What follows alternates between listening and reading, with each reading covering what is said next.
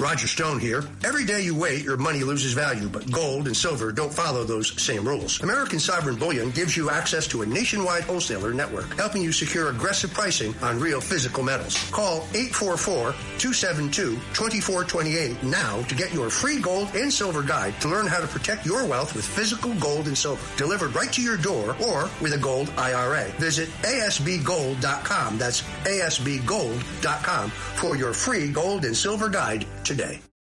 Starting a business can seem like a daunting task, unless you have a partner like Shopify. They have the tools you need to start and grow your business. From designing a website to marketing to selling and beyond, Shopify can help with everything you need. There's a reason millions of companies like Mattel, Heinz, and Allbirds continue to trust and use them. With Shopify on your side, turn your big business idea into...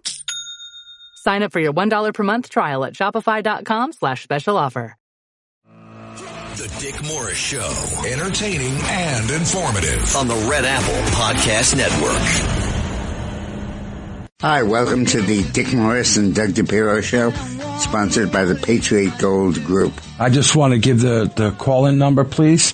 800-848-9222. 800-848-9222. That's the call-in number. In every election, there's a turning point. Not necessarily Charlie Kirk's turning point, but a turning point where the process shifts dramatically. And that is what happened this week. This election, the off-year election, shifted dramatically in Trump's direction. And the conventional wisdom that is usually wrong, which kept saying that Trump would lose the midterm elections big, and he would lose Congress, and his administration was doomed, and all hell would break loose, has now changed. And the conventional wisdom now is that because of the court decisions invalidating the egregious Democratic gerrymanders in Virginia in particular, have now shifted things to a Trump advantage in the midterms. Well, it's the right conclusion, but it's the wrong reason. The big shift toward Trump in the midterms was not caused primarily by the Virginia decision, but by a cumulative series of events that have resulted in a dramatic change in the situation in the off-year elections. I've said for months now that Trump would win the midterm elections. And now I'm right with an exclamation point. Exclamation point? Yeah. And what I've been saying all along is now completely true, and the establishment is even admitting it. In fact, I'm a little concerned that this wonderful insight of mine that I had 2 or 3 months ago will be seen as commonplace because everybody is going to be saying the same damn thing. I wish they'd get off my tail and go back to being wrong so that I can be unique in being right. But let's go through... They're AI now, so come on, they hit the button. But let's go through the changes that have taken place in the last week or so. The big change that has attracted everybody's attention is, of course, reapportionment. And this began when Trump announced a few months ago that because of the major population shifts in recent months, because of the increasing number of Hispanics, and because of the increasing Republican fortunes in the South, he was pressing for midterm reapportionment. So instead of waiting until the end of the 10-year period to reapportion, he said we should do it right away. And then he tried to institutionalize the idea of 5-year reapportionment. And you've also told me that it's not etched in stone. It's not law of 10 years. It's just a given. It's a bureaucratic convenience, really. Got it. Based on the Census Department. My point is he could do whatever he wants. He could do whatever he wants. And now the point is that this midterm redistricting, which was originally seen as perhaps giving Trump a slight edge, now is giving him an enormous edge. The first thing that happened was that the Democrats overreached on the midterm reapportionment and decided that they would gerrymander California in their direction, and that the Republicans would gerrymander Texas in their direction. and the Democrats would pick up seats in Texas. When is this? Circa? This was about 2 months ago. Right. And it would be offset by major Republican gains in Texas. Now, that all happened. The California reapportionment, Newsom put it on the ballot, and his sycophants and his puppets in Virginia. Sycophants, you call them? Sycophants. Yeah, that's good. And puppets decided to approve the idea of the Democratic gerrymandering in California. And the Democrats are going to pick up 5 seats in California. But all that did was incite a riot among Texas Republicans, who said that we can do the same thing in Texas that they're doing in California. And they reapportioned Texas dramatically, and as a result gave the Republicans back the 5 seats the Democrats stole from them in California. So, as always, like I always say, it always comes back to bite the Democrats in the butt. Yeah, but it more than bites them. It destroys them. And throws them into the water. So the swap of California and Texas seemed reasonable. 5 seats in each direction. Mm-hmm. And so big deal, wouldn't make a big difference. But then a number of things have intervened.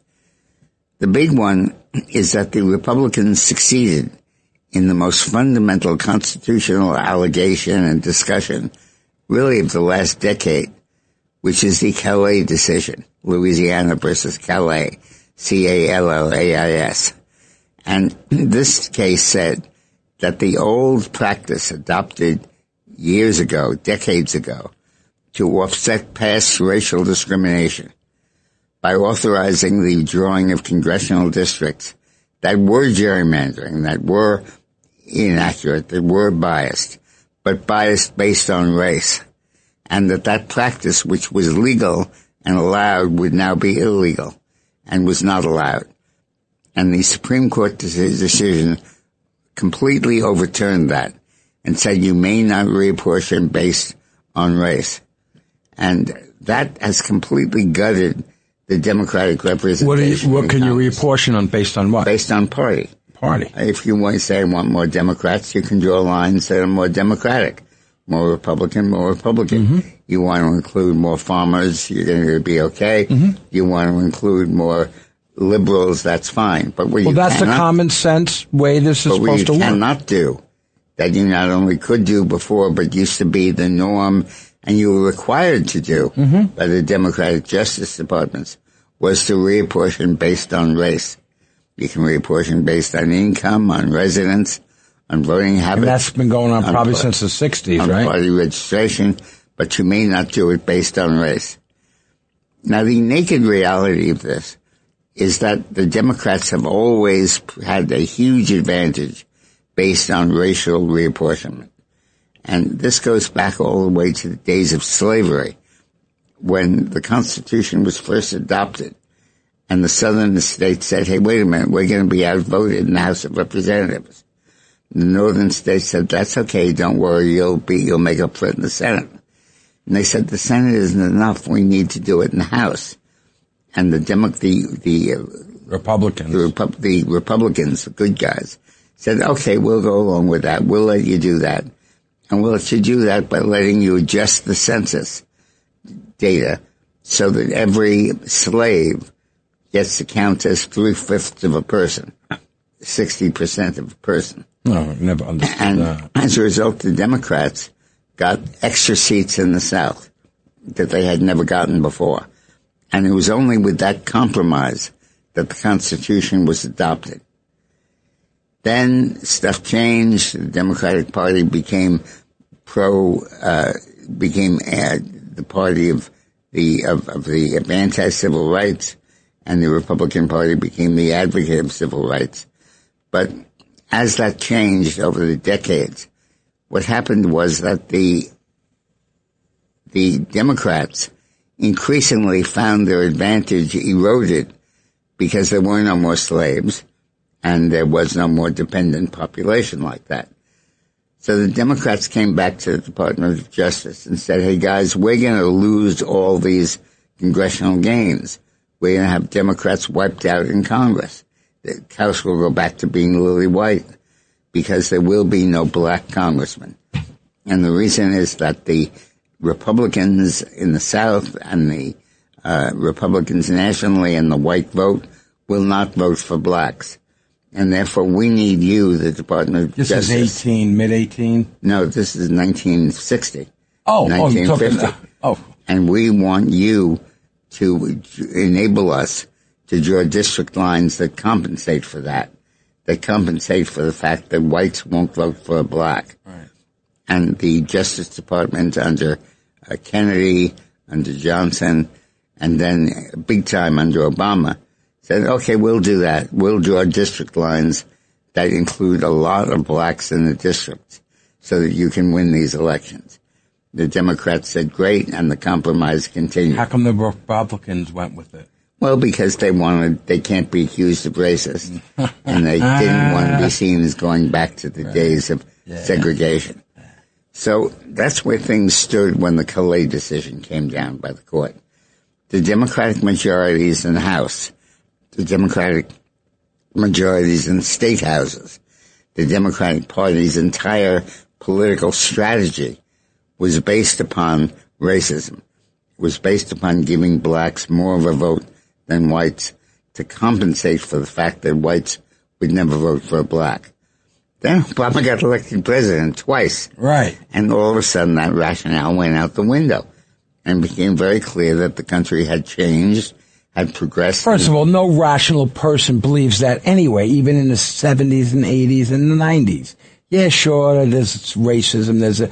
No one thought that for sure, that whites wouldn't vote. We all did.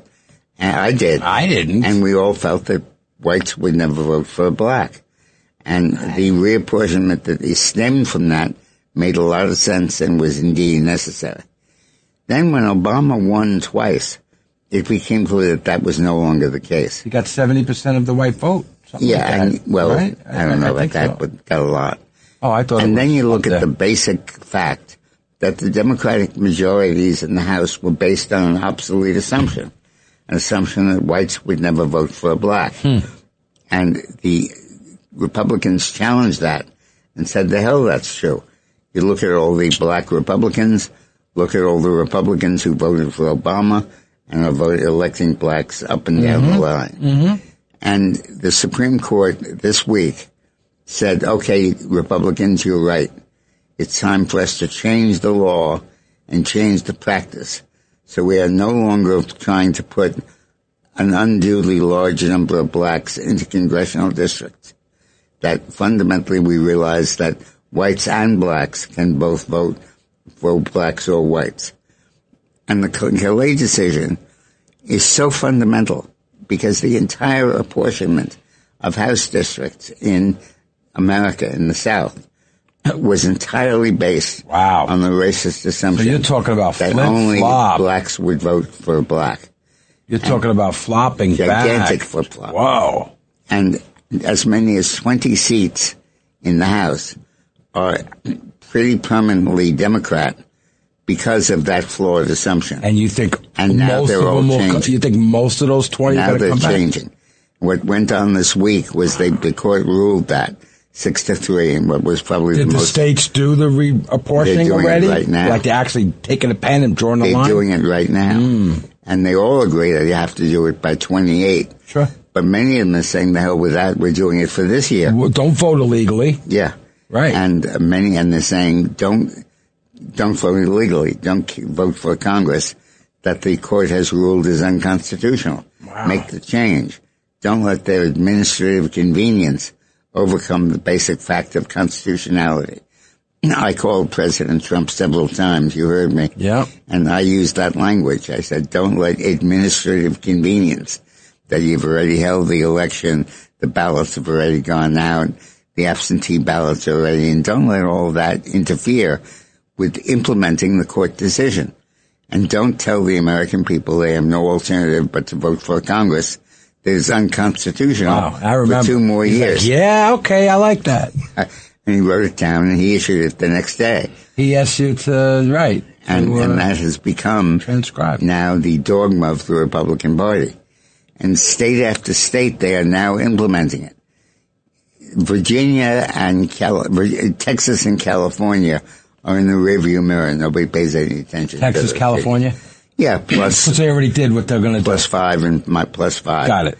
But now an entirely new series of gerrymanders, of district lines, are being redrawn to take account of the Callais decision. Can the Democrats win on any of this? Any states? Are they going to be able to pick up? No, they'll pick up a few, but not many. Right. And most of those seats are going to go Republican this year and likely permanently. So you're looking about a major change in party alignment in the United States of America. And the alignment that started with the old days of slavery, when the Democrats got 3/5 of a black. Yeah, I still don't get that. That's all. Why, they weren't men enough? They weren't really. No, that was their price for voting for the Constitution. They would have voted against it. We wouldn't have a Constitution. It was the delegates from Georgia and the Carolinas and Virginia said, we're not ratifying this Constitution if it's based on one man, one vote, because we want our blacks, our slaves, to be counted as men so that they can vote. Yeah, but they weren't counted as one man. They were counted as 2/3 or whatever. 2/3, that's right. Well, that was the compromise the good guys forced. But it was begun because of that need. That's horrible. Now that's completely over and completely ended. And the result is that one after another, all of these southern states are redrawing their map, or are about to, giving the Republicans an advantage. And the media, of course, is covering this in the short term, saying this will have a big impact on the 26th election. Sure it will. But the impact will be felt in 28, big time, and then completely by 2030. And this represents a gigantic change in the politics of America, because no longer will blacks and Democrats predominate. Increasingly, this will be a racial neutral situation. And it'll even out eventually, but not anytime soon. No, not necessarily, because the underlying demographics have changed. Right. The black population of the U.S. has stalled out at 12%. And but the Hispanic Democrats thought it was rising and would surge. Yeah. But it hasn't. And one of the big reasons it hasn't is their own damn fault. The abortion law, which legalized abortion, and 30% of the abortions are blacks. Almost very few of Hispanics. Oh, God. So the Democrats are cutting their own population, number one. Number two, Trump. Oh, yeah, right. It's not funny. I don't mean to. Number two, Trump is throwing a lot of the illegal population out of the country. So let me ask you a question to go to the abortion clinic thing. The woman that started it, this is exactly what she wanted, right? What's her name? The Planned Parenthood broad? Right. And she wanted this. Exactly. You know, the wipeout of that race. So the big reason, one reason, is that Hispanic immigration increased, and Hispanic abortion did not increase. Because they're Catholic. They're Roman Catholic. Right. And whereas black abortion increased dramatically, and as a result, the black population dropped. Is that the mother, single mother thing type of thing? There's no father in the thing. Of course, that's a big part of it. But the basic point is that now that is all coming home to roost, and we're catching up with all of it. And the question is it going to be done immediately in 26? At which point the Democrats will the Republicans will pick up a seat in South Carolina. They'll pick up a seat in Tennessee, Memphis. They'll pick up a seat in Mississippi, in Jackson, Mississippi, and maybe 2 or 3 others. Mm-hmm. But then the next year, in 28, they'll pick up all those seats, and the Congress will be fundamentally changed. Wow. So what happened this week was not just to give Trump a big edge in the midterm elections, a virtual slam dunk certainty, but it reshaped American politics for the next 20 years. In other words, Democrats are going to have to look at, when they lose everything for the next 3 cycles, they're going to have to change their way about themselves. What they talk about, maybe they will, maybe they won't. They usually screw up. Right, like you said, they always go further left. Yeah. But the fact is that their own abortion decisions, on the one hand, and the increased immigration on the other have changed fundamentally the dynamics of politics in the United States. And what you're seeing in the 26th election is going to be the first harbinger of that in 4 or 5 or 6 states. You know, then by 2028, it'll be in all the states. Right. And all 20 seats are going to flip. So the idea that started really a couple of months ago, which is that despite Trump's victory, despite winning the popular vote, the Democrats would maintain sufficient power in the House to frustrate everything Trump wants to do. Or try to impeach him again. Yeah. If they got Now that's not going to happen. Now that's gone. The built-in Democratic advantage is now gone. And that's really what happened this week. Now, we'll take a break now, but when we come back, we'll talk about the other developments that took place this week that completely changed the shape of the 26th election. Come on, a little tease. From pro-Trump to anti-Trump. All right. The Dick Morris Show on the Red Apple Podcast Network.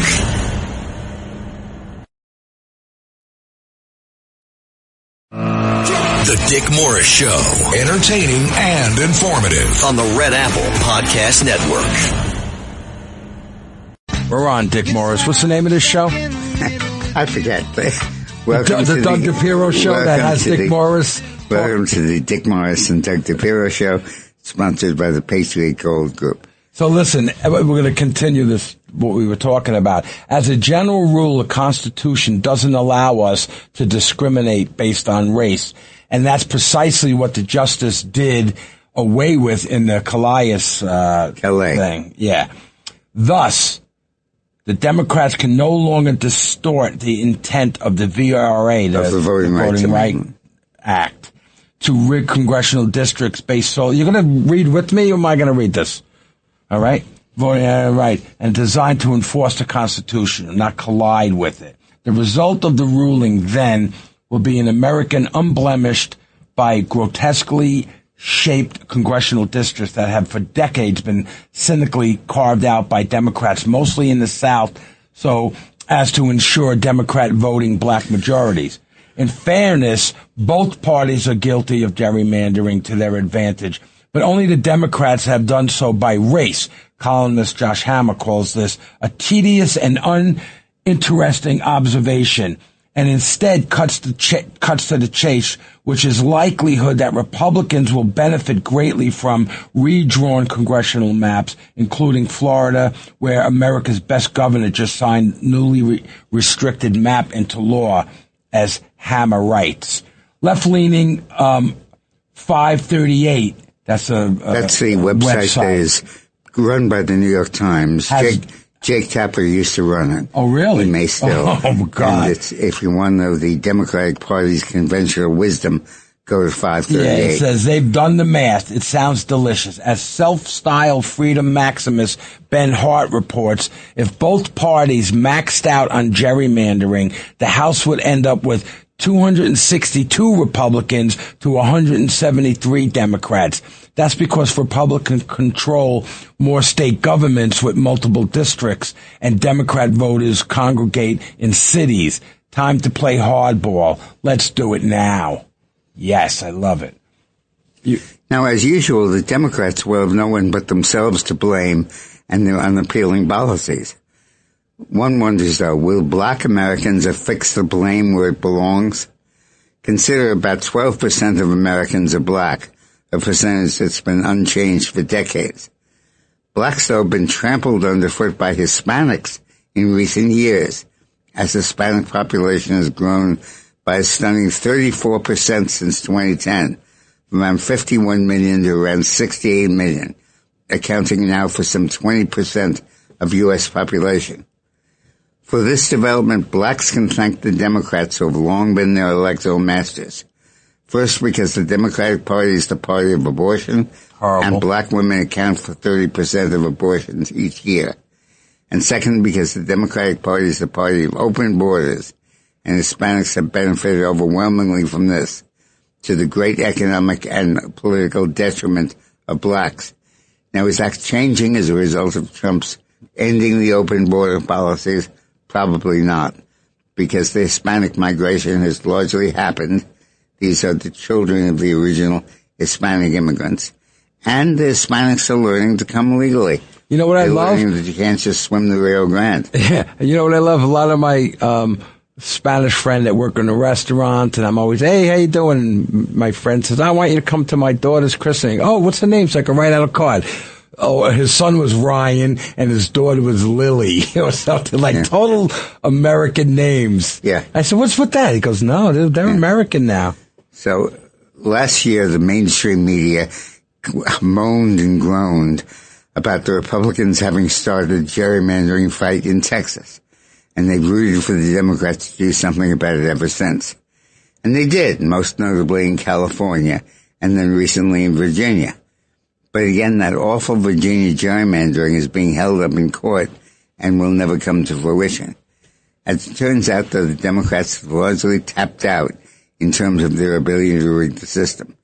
The Republicans, though, have plenty of opportunity to address the imbalance. You know, not only they opened the borders to let Mexicans and Hispanics in, but then, this is what always bites them in the butt. And I keep saying, I've said this forever. And then, so they hit, oh yeah, we're going to let all these people, we're going to get the votes.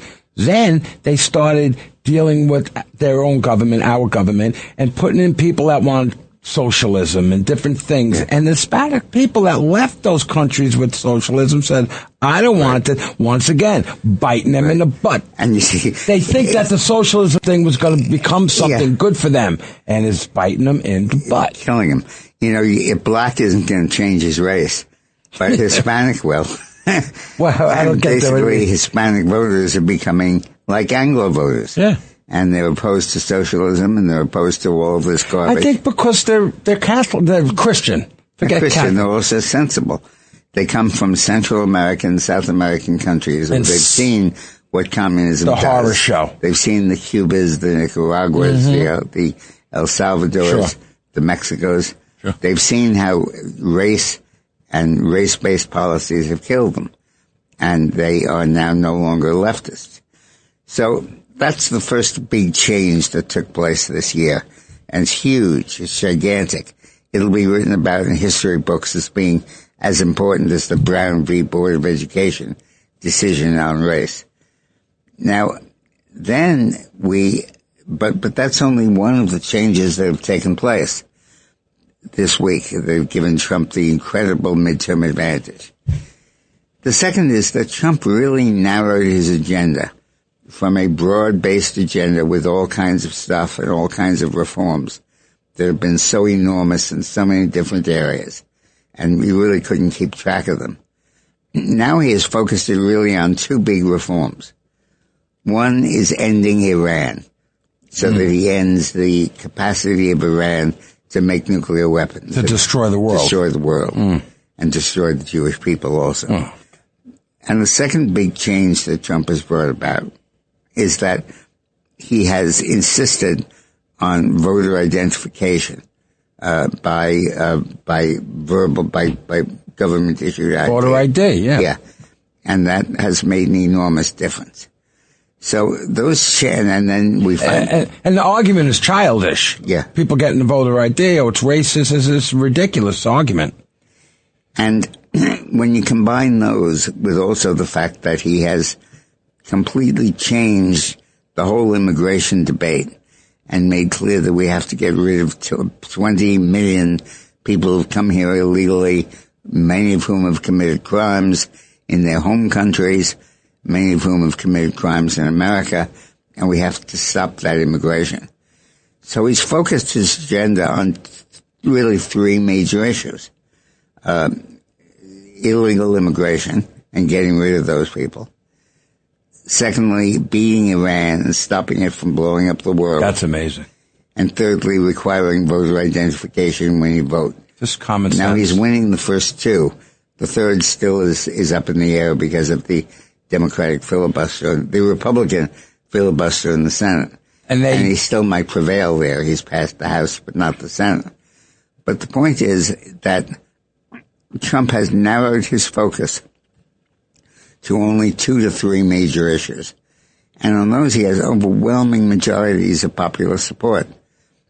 Nobody wants Iran to develop nuclear weapons.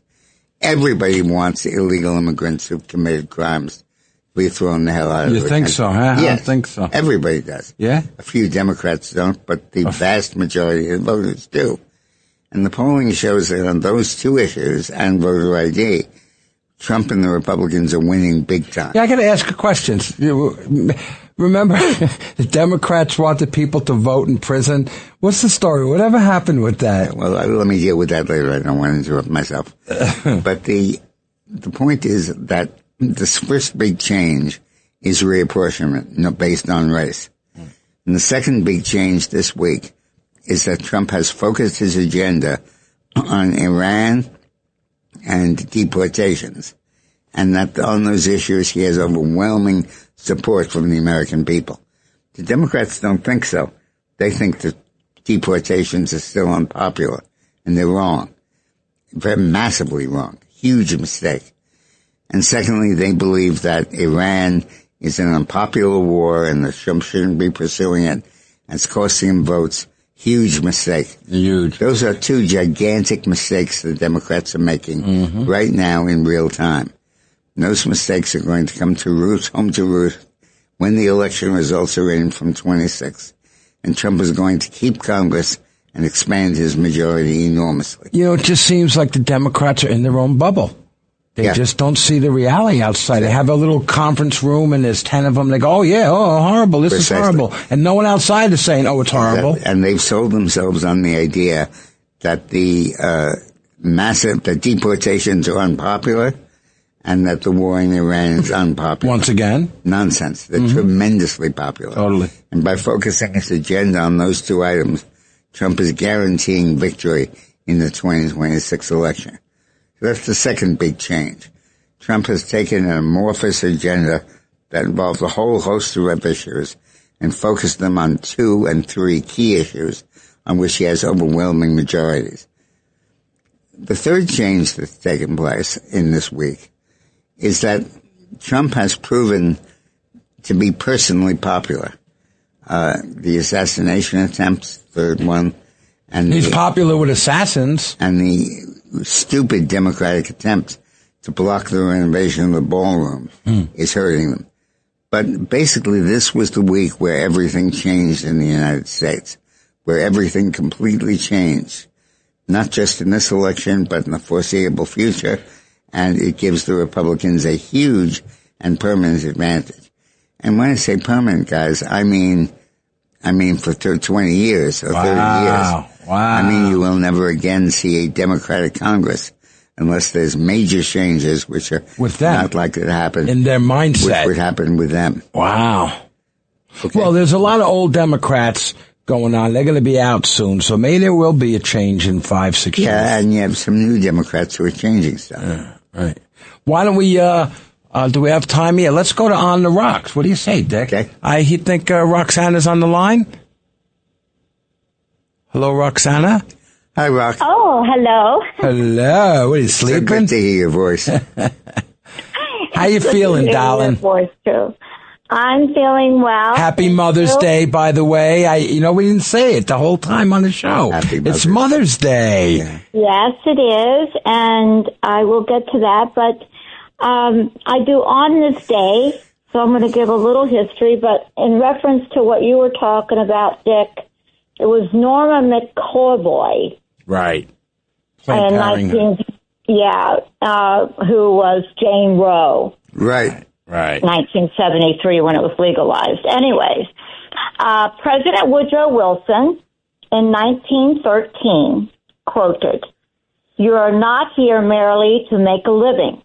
You are here to enable the world to live more amply, with greater vision, with a finer spirit of hope and achievement."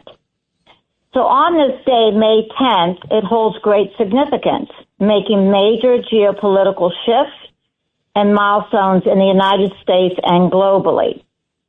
We remember George Washington's appointment as Supreme Commander, which led to the creation of our national army from militia in 1796. We also recall the completion of the first transcontinental railroad in the United States, marked by the driving of the Golden Spike in 1889 in Utah. Furthermore, we honor the trailblazing achievements of Victoria Woodhull, which many don't know her name. She became the first woman nominated for U.S. president, the first woman stockbroker, and the first woman publisher, 1872. She was also a leader in the women's suffrage, which Woodrow Wilson signed the 19th Amendment granting women's suffrage in 1920. We also celebrate, just a little side note, Coca-Cola being invented by a pharmacist in 1886. Now, Rock, I have nothing to say about Coca-Cola, but I do have stuff to say about the other milestones you talked about. Give me just a minute from the On the Rocks to talk about those. Right. And the first one, go ahead. Oh, go ahead. I just wanted to add that sort of what you were talking about earlier. In 1960, the FDA approved the first oral contraceptive. Good. It became known as the pill, which fueled the sexual revolution, affecting family planning and social dynamics for years. Good. And the Beatles closed the decade appropriately with their first album, Let It Be. Did you want to add something to what I already said, Jeff? I do. You mentioned Victoria Woodhull, but before that you mentioned one of the topics. What were those? That was about George Washington's appointment, creating the National Army, right, and also the railroad. Yeah, which that's the key huge point. One of the gigantic issues that's divided America during the Civil War and the period before was whether or not to build a transcontinental railroad. Gold had been discovered in California in 1849. And the question was, would the country come together east and west, not just north and south, but east and west? And the push for a transcontinental railroad took place during the Civil War. It was the Civil War Republican Congress that passed the legislation that allowed that Golden Spike to be funded and driven in. And it was basically the reuniting of the country, reuniting the East and the West for the first time. And that was a gigantic change, again, largely brought about by the Civil War. Huge. At that time, the debate was, okay, we need a transcontinental railroad. Should the route be in the South or in the North? And the Southerners wanted it in the South, of course, because they wanted this to spread slavery and racism. And the North said, nothing doing. We want this change. The railroad built in the North. We want built on the model of the Oregon Trail. We want it built on the in the Union Pacific. When was this? 49, somewhere in that area? No, later, around 1870. 1880. Really? Oh, I thought it was earlier. 1889, Utah. Yeah. And was a byproduct of the Republican-controlled Congress during the Civil War. And the result was that the mass migration channeled into the north of the West, not the south of the West, not the south. Major, yeah. Yeah.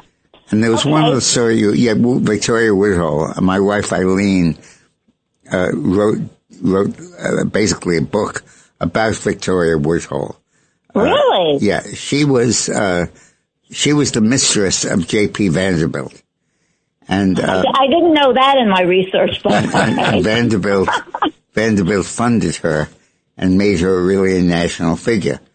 And in fact, when Vanderbilt built his home on 79th Street and Riverside Drive in New York, he built an extra floor on the top. Oh, yeah, right. For his mistress to live. Right. When we go by there, you always say that. And that was where Victoria Woodhull lived. Woodhull, yeah. Well, that wasn't in my notes, but she was certainly a leader in the women's suffrage, and it makes me look at that a little different, of that amendment getting passed. And that's only that was the a couple other thing blocks I wanted away. to mention to you.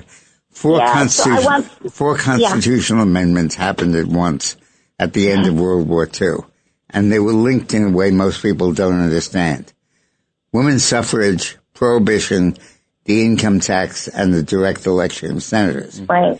And they were interconnected because once we enacted prohibition, our revenue from the excise tax dried up, and we needed to replace it. And the result was the income tax.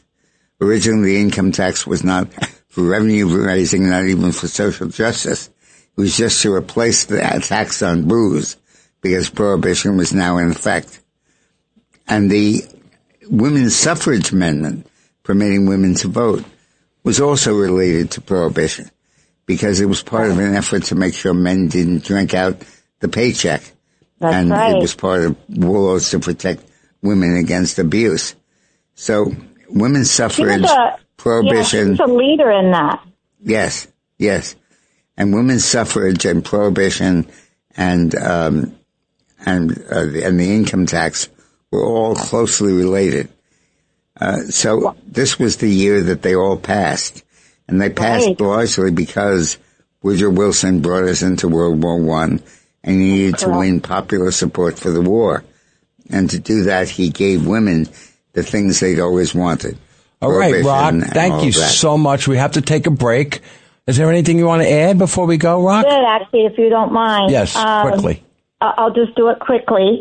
I'll just skip what was happening over in Europe, which was, and I'll just go right into. When we come back, we'll finish up. Come back. We'll stay on the line. That's all. Okay, when we come back. The Dick Morris Show on the Red Apple Podcast Network.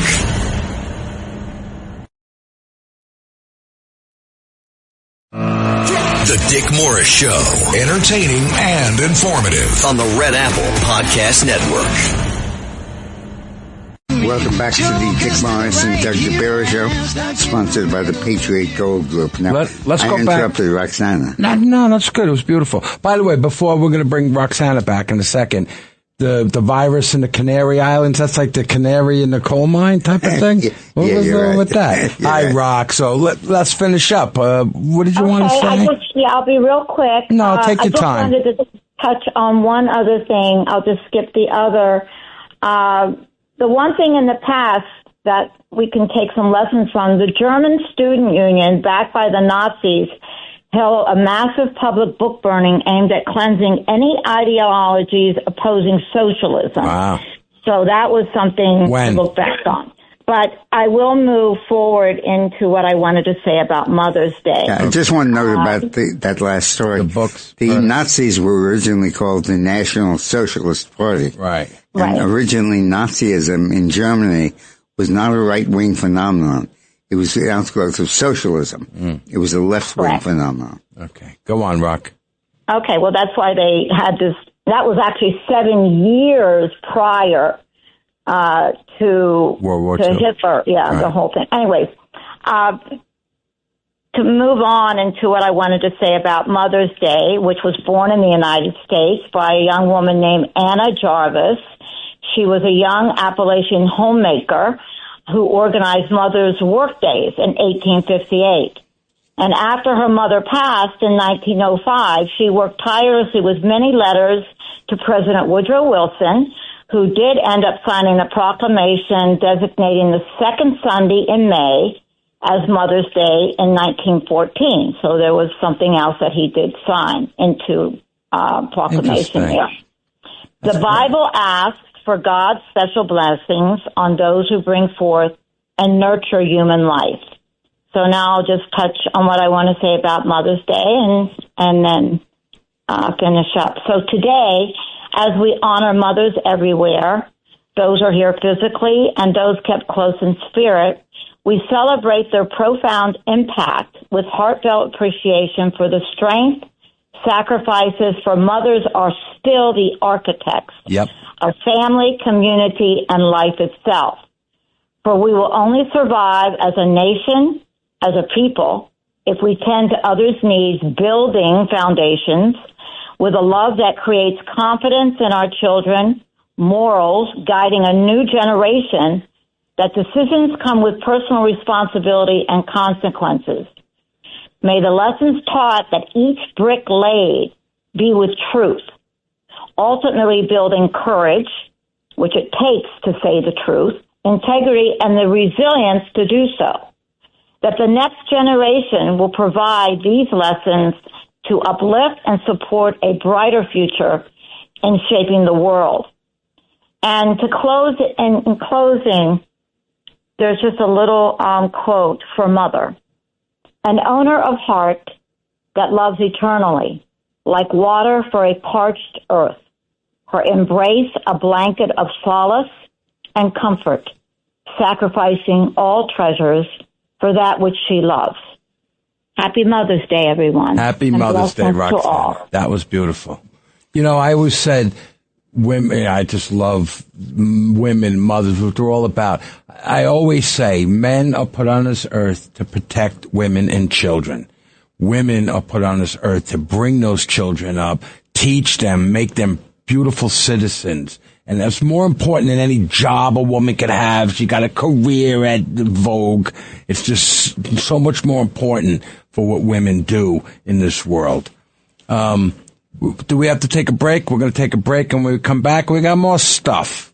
The Dick Morris Show on the Red Apple Podcast Network.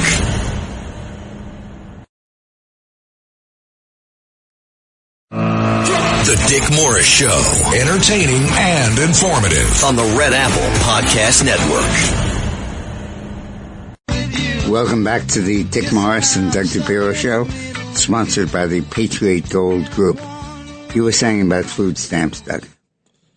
Oh, after former President Obama and Biden massively increased access to food stamps, President Trump reforms in the Big Beautiful Bill Act are working to cut back the bloat. States have reportedly reduced food stamp rolls by 3.5 million people since the bill became law. In less than a year. Yeah, and wow. Government spending, I didn't realize that. You're right, in less than a year. Government spending is thus being cut, reducing deficits and increasing independence as more Americans get off the couch and back into the labor force. These are welcome developments that future administrations should preserve.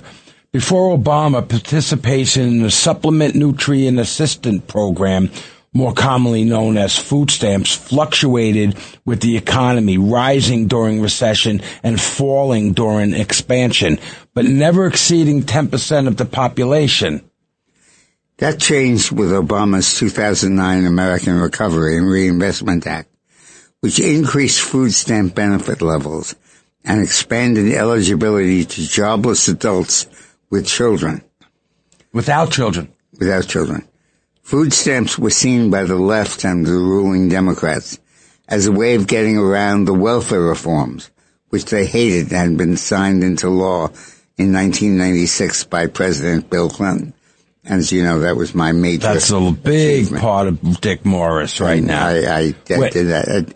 I got that done. If you were able to work, whatever, you could get on, but you got to show something. And you got to show proof of work, and there's got to be a time limit. And there was proof of looking for work. Yeah. I remember that. The background of that was that Clinton and I, when he was governor of Arkansas, worked hard on trying to change the fundamental thrust of the entitlement welfare programs. And this was called welfare reform. Yeah. Mm-hmm. And we articulated the idea that you could get welfare provided you worked, were looking for work, and you agreed to a time limit on work. So, and it was a short time limit. It was like 3 months or 6 months. It wasn't 2 years. Am I right? Right. It was, if I remember. So, when Bill Clinton passed the Welfare Reform Act of 1996, the Democrats said, when they came back into power under Obama, said, we have to get rid of this. We can't let our people not be getting welfare because too many of our voters want the welfare and are dependent on it. And it's part of our political deal with them. We give them welfare and they give us their votes. Once again, just for votes. And if welfare reform was eroding that fundamental political deal. So the big thing that Biden did when he came into power was to try to end welfare reform and try to end the idea of work requirements. This goes on forever. Yeah, that's right. Now, the first Trump administration cracked down on state waivers that allowed able-bodied adults to stay on food stamps, and participation fell to 36 million people in 2019. The federal court blocked these reforms, and Biden ultimately abandoned them. The Biden administration not only allowed states to ignore the law's eligibility restrictions, but also illegally rewrote the benefit formula to boost benefits by hundreds of billions of dollars. As a direct result, food stamp rolls steadily increased again, peaking above 42 million in 2023. The Trump 2025 Big Beautiful Bill succeeded legislatively where his first-term regulatory efforts had faltered. Under the Big Beautiful Bill, able-bodied adults age 18 to 64 without children must work or participate in job training program for at least 80 hours a month to stay eligible. In addition, the Big Beautiful Bill cut benefits off for most immigrants, including refugees, asylees, and the millions of undocumented immigrants to whom Biden granted status through his illegal parole program. Which, Dick, tell us about the illegal parole program. It was basically letting people in from countries where it had been illegal before. Right. The Big Beautiful Bill became law in July of 2025. Food stamp participation fell by 3.5 million through January of 26. By the time the July 26 data came in, the reduction in food stamp dependence could be historic. Some states, including Arizona, have been the number of food stamp participating fall by half, have seen the number fall by half. For Democrats, these numbers are catastrophe. The Democratic Party exists to get as much as the public hooked on government benefits as possible and keep them forever. This is why so many Democrats felt betrayed by Clinton's reform, which applied work requirements to what had been called aid to families. Family Democrats were never able to undo Clinton's work requirement. Trump, go on. And the way the Democrats adjusted to that was basically to end the standards and let everybody in on food stamps. And they dramatically expanded the food stamp population. That led directly to the massive fraud that you see going on now in Minnesota and California and other states. Right. Michigan. They're letting everybody in on food stamps. All right, we got a hard break. We'll see you on the other side of the hour. The Dick Morris Show on the Red Apple Podcast Network. The Dick Morris Show, entertaining and informative on the Red Apple Podcast Network. Welcome back to the Dick Morris and Doug Dipierro Show, sponsored by the Patriot Gold Group. Now, the key change brought about by Trump in welfare and food stamps and the other programs is it's proving that dependency on food stamps is a policy choice, not an economic inevitability. Work requirements and eligibility rules protect taxpayers, encourage employment, and reserve aid for the truly needy. But the point is that Trump has succeeded in changing it from being something that automatically happens when the economy goes down. Right. Now, historically, that has been seen as a counter-cyclical measure. In other words, when the economy dropped, food stamps would increase. A counterweight. It's almost like a counterweight. And would mitigate the drop. And it was seen as an act of policy. Interesting. Then, when Trump came in, he said, let's make sure, when Biden came in, he said, we have to make sure that access to food stamps increases dramatically. Because of poverty, because we want to help people. We want to vote. We want their votes and all of that. Votes, sure. Uh-huh. So they changed the food stamp program to one where you had to apply and went through a detailed application system through a benefit card, a credit card, where essentially you got a card and that entitled you to food stamp benefits. And cash sometimes and all kinds of stuff. And sometimes what they would do is use it to get cash, or sell the card itself to get gas. And now they're saying you can't use it for drugs. And now they're saying you have soda. Oh my God, I can only get water to drink. That's all you need to drink. So the key change that the Biden people brought is to make it very easy to get food stamps. And they did that so that they could eliminate the work requirement restrictions and other restrictions imposed by Clinton to make sure that they were only reserved for the truly needy. You got a benefit card, you'd put it in a machine, and the food stamps would come spitting out. Well, what's happening now, and we're watching unfolding in Minnesota and California, is the byproduct of that system, where it became so easy to get food stamps in such a mechanical situation, not a determination of eligibility. Mechanical situation. That everybody gets food stamps. And the result is it's become the epicenter of welfare fraud in the United States. Instead of a few people getting fraudulent benefits, tens of millions of people are. Well, look at Minnesota. And what you're seeing in Minnesota and California, Michigan, and other states, Michigan is the acceptance of that. And that's because of the shift to EBT, electronic benefit cards. I remember when that was passing, the liberals said, why make it so cumbersome to get food stamps? And it passed. The reason food stamps became so popular politically was because of the farm state votes. The agribusiness that was largely Republican came out in favor of that. And they loved food stamps because it increased the demand for food, increased prices for food, and increased their votes. So a combination of welfare Democrats and farm state Republicans passed expansion of food stamps, including electronic benefit transfer, where it was done by credit card and routinely. And that has caused massive welfare fraud throughout the country. Well, I believe that there should be serious accountability to this welfare fraud. I mean, I'm sure the prosecutors are on it. I hope, the DOJ has to be, because what was it, $9 billion? Yeah, what was the number? We'll talk about that later in the show, but it's more than just accountability. It's stopping the democratic welfare system from running states around the country. Sure.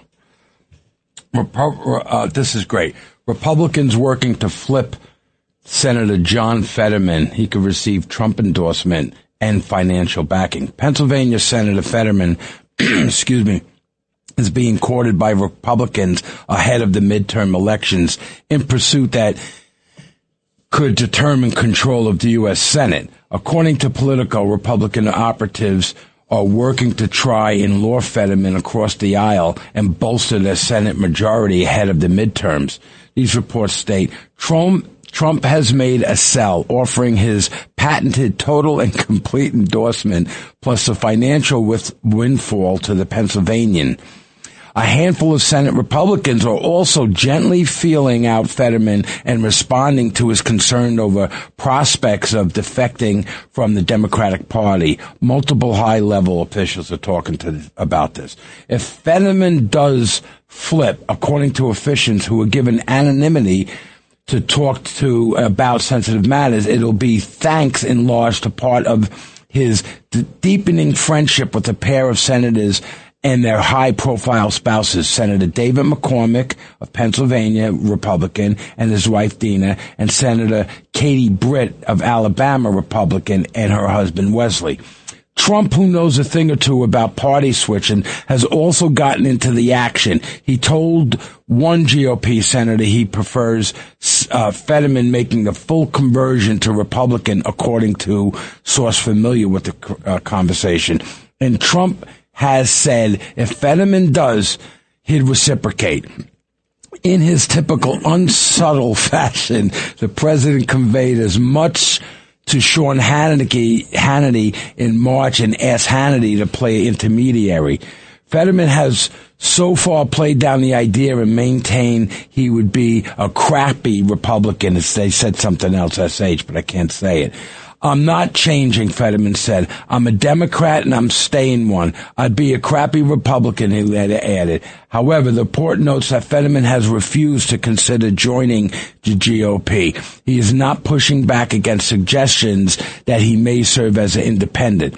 Since his election has taken a number of positions that have infuriated the Democratic grassroots.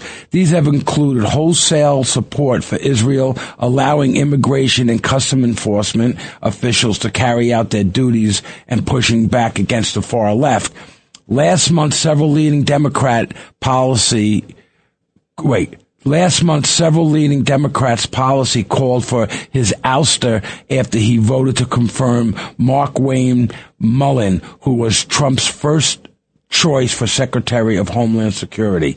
Interesting. Now, in the discussion earlier in the show about Trump's situation as we approach the midterm elections, we focused mainly on the House because of the census and minority voting and the Callais decision and everything else. Mm-hmm. But the Senate, Trump has made enormous progress as well. The big one was that the quintessential swing seat held by Susan Collins of Maine, the so-called Republican who votes with the Democrats a lot, all the time, has always given the Republicans the majority. And don't underestimate that. That gives them subpoena power. That gives them chairmanship of committees. That gives them enormous power. Now, that change, the growth of the, I'm sorry, go back please, just 1 minute. Yeah, that change has been enormous. But in the Senate, you're seeing gigantic change as well, largely motivated by the Democrat screw-up in Maine, where Susan Collins was the swing vote, and still is really. And Collins looked like she might lose her 6th term, for no other reason than it's 6 years. And she had a really credible opponent in Janet Mills, who was the governor of Maine. And it looked like Mills could defeat Collins. But then was she a Democrat? She was a Republican. Oh, Mills. Mills, yeah. Mm-hmm. And, no, I'm sorry. Mills was going to oppose Collins. Right. So Mills was a Democrat. Right. But then Mills dropped out of the race this week, saying she didn't have enough money, which was ridiculous. Maine is a cheap state, doesn't cost a lot, and Trump pretty small. You could drive around with a sign. Trump should have just given her the money to do it. Right. But the point is that when she dropped out of the race, the guy who stepped into her place, who was going to be the Democratic candidate against Susan Collins, is a guy named Graham Platner, who is a total, complete maniac and can't possibly defeat Collins. And that seat is now a virtual certain. Who is he? What is Republican pickup. He claims to be an oyster farmer from Maine. Oh, his party. Republican. Uh-huh. Republican. No. It doesn't matter. He's crazy. But in fact, what he should have done is let the oysters keep the pearls and give the pearls to the mothers. Instead, he has a tattoo on his chest. Oh, this is the guy with the Nazi. Oh, yeah. And, that guy. Sure, I know him. It's the biggest support for banning topless voting. I was drunk. You can see that big tattoo on his chest. I was drunk. I didn't know about it. This Nazi tattoo, he is never going to be able to beat Collins. The Democrats will never pick up that seat. No way. And Collins will be reelected.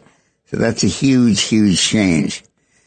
With the Republican margin in the Senate being just 3 seats, that 1 seat change is a lot. Mm. Now, the other big change that went on this week is the Democrats consolidated their support in North Carolina behind Democratic candidate Matt Cooper, who was the former governor of North Carolina, or may still be. And he is running for an allegedly Republican seat by Tom Tillis, who in fact is not a very good Republican, breaks with Trump all the time. Mm-hmm. But it came out this week that during the COVID epidemic, Cooper, the Democratic governor, ordered the release of 3,500 people from jail in North Carolina. Why? Because the court said that they might get COVID, and that in the COVID environment they could not be confined to prison because this would increase their chances of getting COVID and dying. What about the nursing homes? That Cuomo let all the people go to the nursing home. And Cooper, the governor of North Carolina, agreed with that and released 3,500 people from prisons. And that included the inmate who killed that poor woman in North Carolina. Oh, God. Who was killed, murdered, shot while on a light rail system. No, stabbed in the neck. And stabbed in the neck, one, right. Yeah. And he's responsible for his release from prison. Oh, that was horrible. So I think that North Carolina has gone from a likely Democratic win to, I believe, a very likely Republican win, because Cooper can't possibly overcome that. It's a little bit like the old issue that came up with, what was the name of the guy who, listen, number one, the Nazi sticker on his chest, and he wants to let all his Nazis out of prison. Well, the Nazi sticker is Maine, and the prison is North Carolina. Oh, yeah, right. But they're both Senate seats. Right. And the one is going to be a Republican keep. The other are both Republican keeps. Oh. And the Democrats need to win one or both of those seats to capture the Senate, and there's no way they're going to do it. So in the House, the permanent Republican majority that is emerging isn't affected by reapportionment because you can't redraw state lines. But what you can do is have lousy candidates in the Democrats. Yeah, right. And by running Platner in Maine and Cooper in North Carolina, they have completely slit their own throats and made it virtually impossible for the Democrats to pick up the Senate, which they had hoped to do. Wow, what's wrong with these people?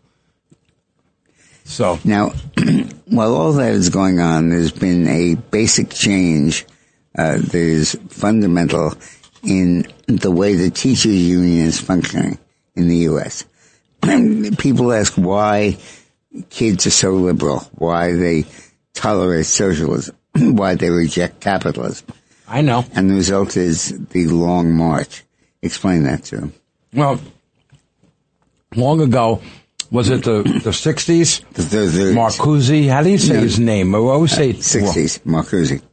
Had this idea that you go and you get teachers to start teaching, the values of whether it be socialism or the woke type thing and the progressive type of thing.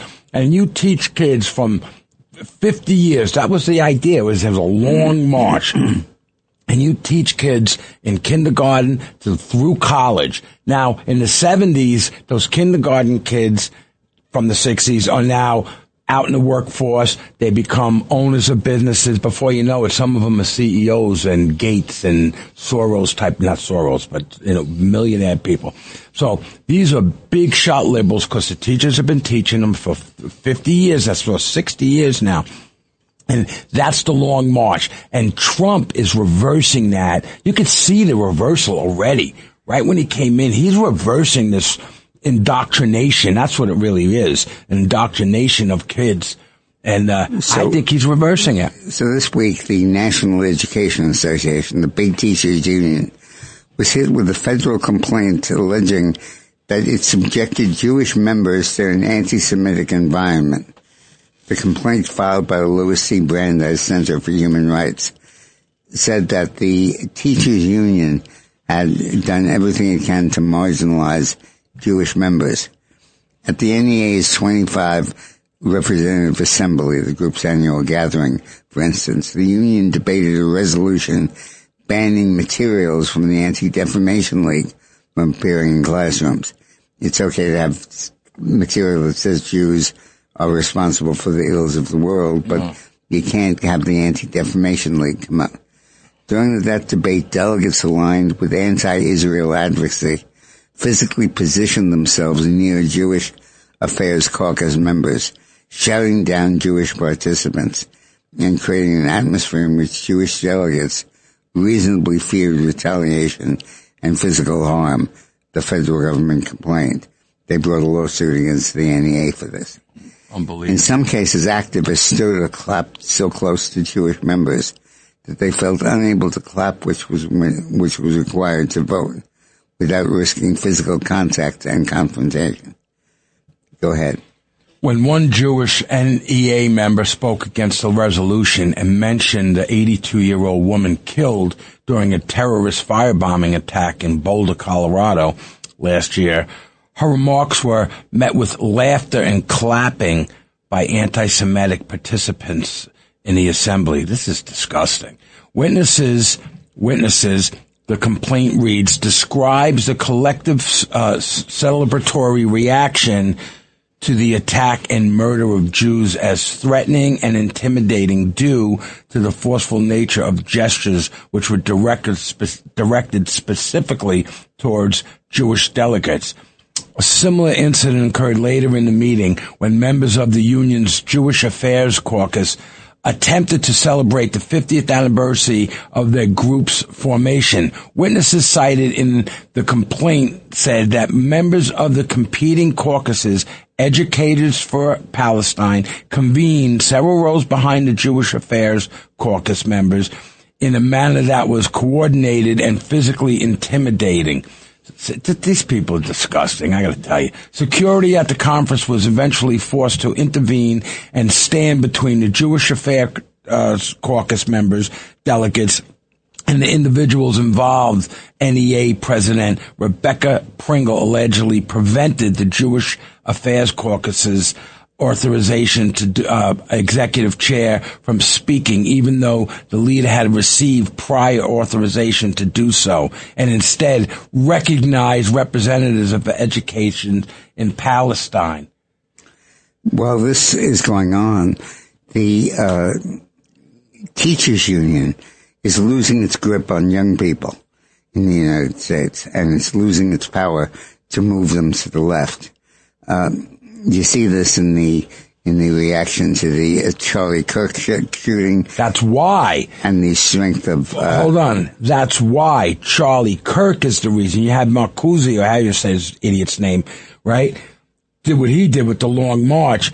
Charlie Kirk was doing it every time he went to a college, and they say, oh, he was hard, he was a racist, he wouldn't let him. What are you talking about? I'm giving you a mic.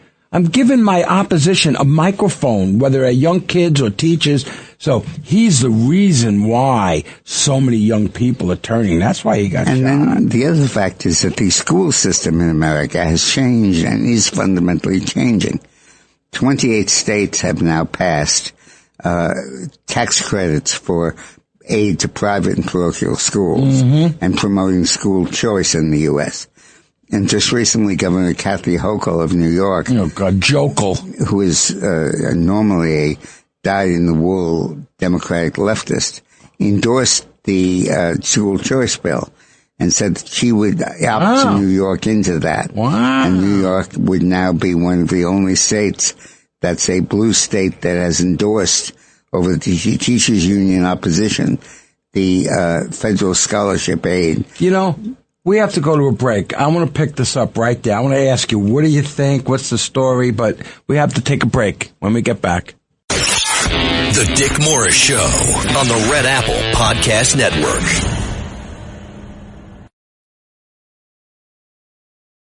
The Dick Morris Show, entertaining and informative on the Red Apple Podcast Network. So why has the NEA's power reduced, and why have there been an increasing effort by the right to take power away from the teachers union? The fundamental fact is that the school choice throughout the country is showing that the teachers union has been wasting gigantic amounts of money. It now costs $42,000 per pupil to educate a kid at a public school in the United States, compared to only about $20,000 in most private schools. And private schools usually are so much better. That's right. All right. And under school choice, the people are voting with their feet to move their kids into private schools out of public schools, despite the massive amounts of money and subsidy that's involved. Well, hold on. The school choice, They get a voucher for the school. Is that how it goes? Because they're not. They go to a private school. The parents aren't paying that $20,000. Correct. Correct. And it gives you a tremendous increase in private school attendance. Of course. Tremendous decrease in public schooling. And we're cutting off. The government's cutting it in half. What they're spending on per kid. That's right. And that has been a big factor in decreasing the power of the teachers' union. Now, the phenomenon you and I have discussed on the air is very applicable here, which is that the more the population moves to the left, moves to private, the less Marcuse people are going to be there. That's right. Doing their little indoctrination. That's right. It's a private school. And we're seeing Are these often Catholic schools, or no? It could be. They're more Catholic than Protestant. Because most private schools growing up. Yeah, but most homeschooling is Protestant, and from the evangelical movement. Basically, Christian schools are the private schools in the country. That's right. And the growth in evangelical schools and homeschooling and charter schooling has really eroded the power of the teachers' union and undermined the basis of the power of the Democratic Party. They basically just lost their power from this. Yeah.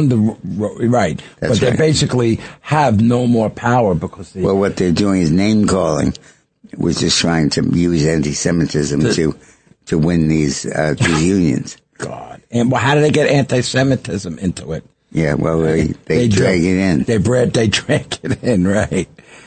Now,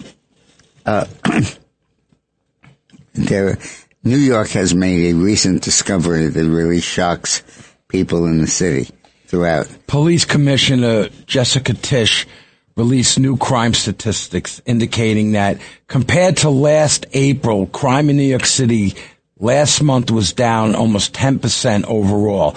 That's very good news, and kudos are due to her and the men and women of the NYPD. But before we start popping the champagne corks, we have to understand that comparing statistics year over year obscures the real crime story in New York City. You really have to compare crime in New York City pre-bail reform to crime post-bail reform. Crime in New York began its historic rise not last April, but in 2019, when bail reform was passed, releasing thousands of career criminals into the streets. While murders are down 14% from April of 19 to April of 26, robberies are up 8.8%, almost 9%. Grand larcenies are up almost 10%. Felony assaults up 50%, and auto theft a whopping 171%. Wow, I gotta watch my cars. We're 7 years into this bail reform experiment, and felony index crime overall is up 26% from what has been before the law passed. Now, that's all really true, but don't leave out the other factor, which is the deportations of Donald Trump's ICE. The more the ICE agents deport the people who are here, the more they're lowering the crime rate. Not just the cops, but the criminal population is decreasing because they're being forced out of the country. So those trends are really important. It has failed miserably, but our legislators will never admit it. In fact, watch for them to start using these declining crime numbers to boost even more foolish reforms to our criminal justice system, like elder parole and timely parole release. Watch them start to claim that bail reform was a success, ignoring the hundreds more people killed and tens of thousands more victimized over the past 7 years as a result in a misguided policy. Consider this. If crime had stayed at the same of 2019 rate from 2020 through 24, instead of skyrocketing as it did, there would have been 600 fewer murders, 1,000 fewer rapes, 10,000 fewer robberies, 22,000 fewer felony assaults, 16,000 fewer burglaries, 10,000 fewer grand larceny, and 35,000 fewer car thefts Just in those 5, wow. In New York City. Wow, those numbers are amazing. Almost 100,000 fewer New Yorkers would have become victim of felonies. When bail reform was passed, city jails held almost 8,000 inmates. By January of 2020, when the law took effect, the number of inmates had fallen to 5,800 as more than 2,000 career criminals were released with little or no supervision. It fell out about 4,000 in April of 2020 as the city released even more dangerous criminals because of COVID. That makes no sense. Put them in the what Como did in the nursing homes, right? Predictability, crime soared. The only thing bringing crime down is that the population in city jails has risen to about 6,600. The career repeat offenders have managed to convince even liberal New York City judges that they should not be on the streets. It's amazing. Imagine what they had to do in order to accomplish that. Rikers problem. But now Mayor Moron Mandummy and the city council are insisting on reducing the population in city jails by another 2,200 inmates in order to close Rikers. You see, the city is only building 4,400 total jail cells for a city of 8.4 million. Only the absolute worst of the worst will be housed and all others released. So, Dick Morris? When the police department dismantled the car theft ring in the Bronx recently, Police Commissioner Tish commented that if those arrested wind up not going to jail, it would be due to the work of the NYPD. No, all the work of the NYPD and the Bronx District would be for nothing. Right, would be for nothing. The rest of our city leaders should take that warning to heart. It's ridiculous when you think about this kind of thing. Now, this is horrible. Yeah, we have time for this. This judge apologizes to the Trump assassin guy, would-be assassin guy. Yeah, really.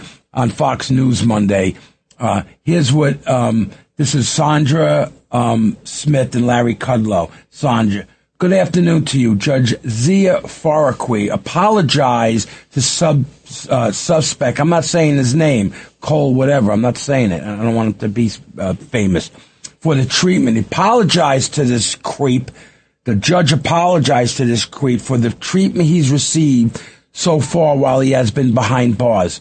He's been put on suicide watch by the Department of Corrections, and the judge was asking why. An attorney from the government said that he was put on suicide watch because he told FBI agents that the night of the White House thing that he did, the dinner attack, that he didn't expect to survive. And his language suggests that he really was not expecting to survive this trip to Washington, D.C. And the ultimate incident where he allegedly showed up with a weapon, allegedly, to try and assassinate the president. He's been charged with that crime. But the judge, very concerned about the constitutional rights, saying the defendant has requested a Bible. Oh, really? He requested meetings with... That's with the page about thou shalt not kill cut out. Yeah, they ripped it out. He asked for a Bible and had requested meetings with his legal team, and that has not been allowed. He's been put in restrictive 24-hour lockup with no windows and a padded room. It should be one of those jagged rooms. Right. You know, in Ossining, a warden came in and he had the jail guys cut in Ossining. That's the big house they call it, right? The inmates had to carve a lot of their cells out of the stone on the side of the Palisades, right? On the Hudson, on our side, right? Westchester side. And the warden said instead of cleaning them and making perfect walls, he left them charred and sharp and whatnot in the wall. Did you hear about this? And why did you do that? Because they were prisoners and they need to suffer. Right, it's the opposite of this. So the judge, very concerned about his constitutional rights, said he requested a Bible and requested meetings with his legal team. And that's not happened. 24-hour lockup with no windows and padded room without an opportunity to get out for recreation. Oh, he's got to have recreation. So the judge making it clear that he wants answers by tomorrow morning about how exactly what the housing determination will be made for the suspect in this case, out of grave concern about his constitutional rights. And that apology issued near the end of the hearing. And so quite a moment, just moments after a federal court. Bottom line, Department of Corrections said that they wanted to make sure that he survived this high-profile case. All involved acknowledged that it was a high-profile case. Again, the judge concerned about the treatment has gotten since he was arrested at the White House shooting thing. The judge apologized to this guy who's the killer, who's gotten another couple of yards. Get it? You got to give him a little more. Would have been, if he gotten a little closer, he would have sprayed the whole audience at the correspondence dinner. Just spray them and kill God knows how many people. Then would have been taking a shot over the audience at the president. We're apologizing to this guy. That's what's her name talking, Sandra. Granted, even an alleged attempted presidential assassin has constitutional rights, including the right to confront his accuser, to a speedy trial by a jury of his peers, and to be protected from cruel and unusual punishment. This apology is beyond the pale. This is just plain reeks of excessive sympathy for the accused. These complaints by the defense team, which involved what might presume be normal practice for inmate on suicide watch, should have been addressed by a curt, non-apologetic order by the judge. I just wanted to see what the judge said when she apologized to him. I don't even see that. We're very probably expect some calls for impeachment of Judge Faroqui, that name I'm going to say, though it's not likely that will come to fruition. But this should serve to focus attention on how the judge handles this case moving forward. We should note that the Judge Faroqui, being a magistrate, was not appointed by the president and confirmed by Senate, but instead was appointed by the judges of the United States District Court. So, for the district of Western Seat is horrible. Going back to the food stamp issue and the stuff we talked about, about making foods, about how food stamp increases became a foil for the Democrats to expand the dependent population. Well, J.D. Vance has told us about a rally in Iowa that his fraud task force has found 180,000 dead people collecting food stamp benefits. Unbelievable. Vance traveled to Des Moines to appear at an event for Representative Zach Nunn of Indiana, is that? Iowa. A vulnerable member of the House GOP majority. During his remarks, Vance talked about the fraud task force that President Donald Trump has asked him to lead. People have asked me, is that a hard job? Vance told the audience, and say, well, let me think. Finding fraud in the federal government is kind of like fishing in a barrel with dynamite. That's pretty good. Vance said he is shocked at every single day by the things the task force has uncovered. Brooke Rollins has found out that we've gotten 355,000 people on SNAP benefits receiving double benefits. Wow. That we might have gotten 186,000 dead people getting SNAP benefits. Who's getting it? Vance said, referring to the Agriculture Secretary, 186,000 dead Americans getting food stamps right now. So it's going in somebody's pocket, right? Vance joked that the fake news media would misinterpret his remarks as wanting to take away food stamps. That's what they're going to say. This is Vance. I actually think that we should take food stamps away from dead people. I'm guilty of that, Vance said to laughter and applause from the crowd. I think this is a reasonable thing. Vance also said Rollins informed him before the event that she had found there are people who have Lamborghinis who currently receive SNAP benefit. That's why they can afford the Lamborghini. And I'm a pretty conservative guy, but I would think that like 95% of the United States of America agree that if you're wealthy enough to afford a Lamborghini, then you're wealthy enough not to receive SNAP benefits from the American people. SNAP is a government program aimed to help low-income individuals afford food by supplementing household grocery budgets. It's administered through the agricultural department, as you said earlier, and the benefit levels are determined based on the net income and housing size, operating the assumption that 30% of household net income is spent on food. But I have to say, just recently, I saw a guy being filmed and goes, I want my soda or my Slurpee. I can only, on his new benefit card, whatever that thing is, right? I can only get water and fruit. I can't get my candy. And he was complaining. About, what he can get and what he can't get. We're ready to take a break, Dick? Pretty much. Okay, let's take a break. The Dick Morris Show on the Red Apple Podcast Network.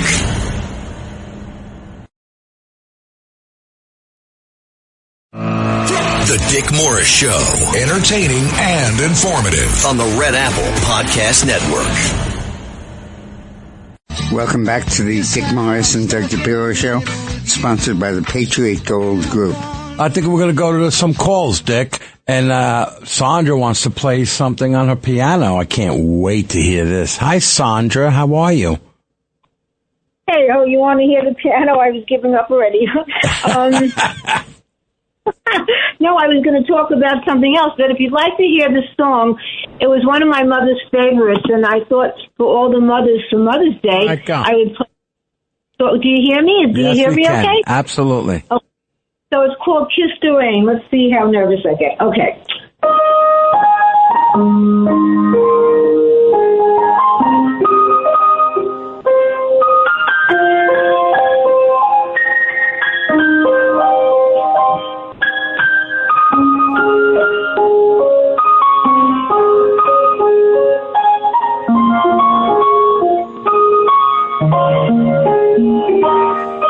That's beautiful. It's beautiful, Sandra. That's beautiful.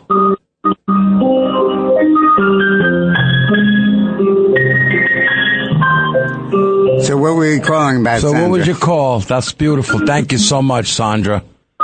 I'm not done yet. Okay. That was beautiful. Thank you. So tell us about your question. Oh, okay. Yeah, I was having lunch on Saturday with my friends, Dick and Doug, and they were talking about Mandami and the death tax. Now, I know we all want to save our money for our children, but according to this, I learned that they may take everything, mostly everything, and then there won't be anything left for them. Is this true? Yeah, well, that's part of the Democratic left's plan, which is to do in the U.S. what happened in Britain after World War II when the Labour government took over. When they said it's not enough that you live in a house that's wealthy and that provide a nice lifestyle, we will tax you on what you're gaining from that house while you're still alive. Oh, God. We won't wait for the capital gains tax to kick in. Which nobody has that money to do. And the result is that they said, you now have to pay a tax based on the value of your home, not based on any sales data. So what they're doing increasingly, and they did in the 40s in Britain, and they're doing now, is that they're telling people, you live in a luxurious home. We're going to tax you on that home before you die, while you're alive. And you have to come up with the money for it. And you either have to refinance the house, or we're forcing you to sell the house now while you're still alive so that we can collect our tax money. How is that legal? Well, it's legal if the legislature says that's what the tax is based on. Oh. Wow. Now, thank you, Sandra. Sandra. Now, we have been following the math in the midterm elections, and the thrust has been an effort to use projected data based on the generic ballot. For its pollsters would increasingly ask voters, who will you vote for if the election is held today in your district, a Democrat or a Republican? And the poll has showed the Democrats ahead on the generic ballot by 2 points. A big shift from earlier polling that showed the Democrats up by 5 to 7 points. A few key points about this poll. It was one of the tighter recent national House polls. Other polls released at the same time still showed larger Democratic leads. But the polling average of Democrats had dropped significantly, and it showed Republicans comparatively stronger than many other surveys and suggested some narrowing from earlier Democratic advantage. For example, the survey showed that Hispanic people were much more likely to vote Republican, and in fact, it got to a point where the ballot test was almost even between Democrats and Republicans among Hispanics. Among all registered voters, 50% said they would vote Republican and 50% said they would vote Democrat. And the same was true among likely voters. The Harvard-Harris poll of that same period showed an even larger swing toward the Republicans because the Republicans were gaining dramatically among Hispanics. The Democrat support among Hispanics had dropped from a 5-point margin to a 3-point margin. And Trump's wins in 26 and 24 were able to largely neutralize the Democratic advantage over women. But increasingly, the polling is showing that the Republican advantage in Hispanic voters has offset that, and more the Latino vote is shifting the generic ballot toward the Republicans, which I think is very, very significant.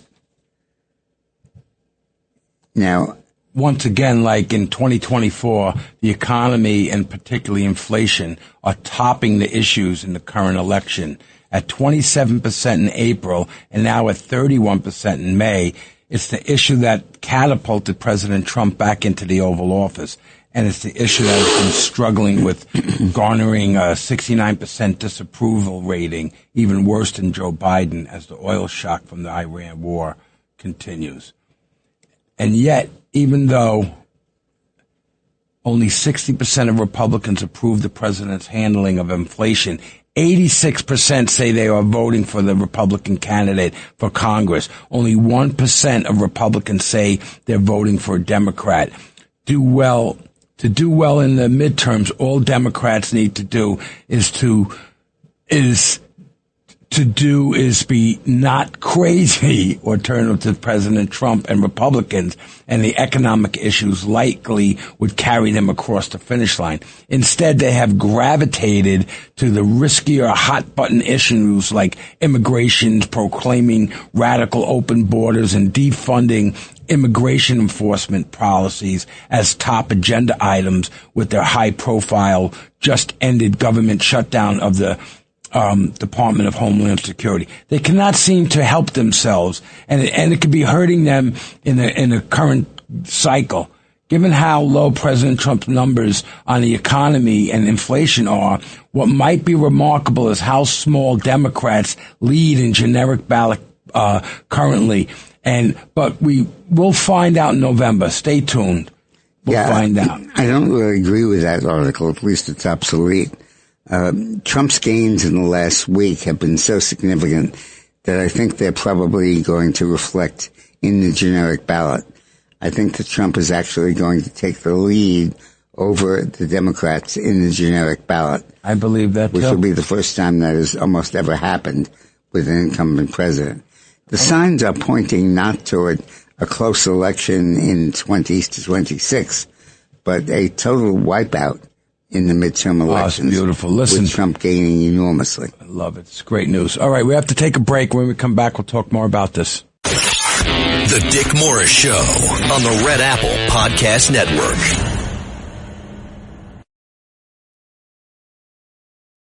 The Dick Morris Show, entertaining and informative on the Red Apple Podcast Network. Welcome back to the Dick Morris and Doug Dipierro Show, sponsored by the Patriot Gold Group. Happy Mother's Day to all the mothers out there. The State Department announced that it will begin revoking the passports of thousands of parents who owe a significant amount of unpaid child support. The department told the AP on Thursday that revocations would begin Friday and would be focused on those who owe $100,000 or more in child support. This will apply to about 27 U.S. passport holders. The revocation program, plans of which were announced last year, soon will be greatly expanded to parents who owe more than $2,500 in unpaid child support, a threshold set by a little-enforced 1996 law. I helped write that little-enforced law. You did? When I worked for Clinton, and my whole focus was to take the family agenda that Clinton was pushing and move it into child support enforcement. Absolutely. That as you were using welfare, cutting welfare benefits, making people work for it, making people have time limits on welfare, you needed to increase child support so that the burden was shifted from women scrimping, saving, and not spending money on their children to men who are living luxuriously and not paying their child support money. So by linking that to the passport issue, as Trump is doing, he's taking two crucial issues and fusing them into one. The importance of enforcing child support and the importance of using the child support system to make sure that people here on passports are not abusing it. Wow. Let's go to Eduardo in Tampa. Hello, Eduardo. How are you? Yeah, happy Mother's Day to everyone. Doug, Dick, good afternoon. I'm a mother, but that's a half a word. Yeah, of course you are. That's a half a word. And, I think we just got to press on the issues. There's no question the Democrats are going to be doubling down on the economy, Iran, and housing, even housing, too. I see those stories coming up in Daily Mail, too, about housing bubble. So we just got to keep at it with the issues, and I think we'll be fine. They call it affordability. Look at the underlying thrust of the issues. Everybody understands the importance of getting rid of illegal immigrants who live in the U.S. And getting rid of Iran. Everyone understands the importance of stopping Iran from developing nuclear weapons. Now, the other issue you raised that the Democrats will probably talk about is interesting, and it's housing. And one of the key factors in housing is that illegal immigrants who live in the United States illegally are not homeowners. They're renters. They live in houses paying rent. And that is driving up the cost of rent for everybody else. And by Trump throwing 3.5 million illegal immigrants out of the country, he's going to bring down rent costs for everybody. Wow. And by keeping them in the country illegally, he's going to the Democrats are driving up rent costs for everybody. Wow, interesting. Well, listen, we have to go at the end of the show. Thank you so much. It's an honor to be here with you, Dick Morris. And I want to thank Roxana for On the Rocks. Happy Mother's Day to Roxana and everyone else. And I want to, everyone, please pray for our good friend Rose. Just pray for Rose at Avalar. Just pray for her. Well, her husband just died. Yeah, I didn't want to talk that. I didn't want to say. He just died too much. It's on Mother's Day. So, please, prayer. Thank you. Thanks for listening to The Dick Morris Show. You can hear The Dick Morris Show Sundays at noon.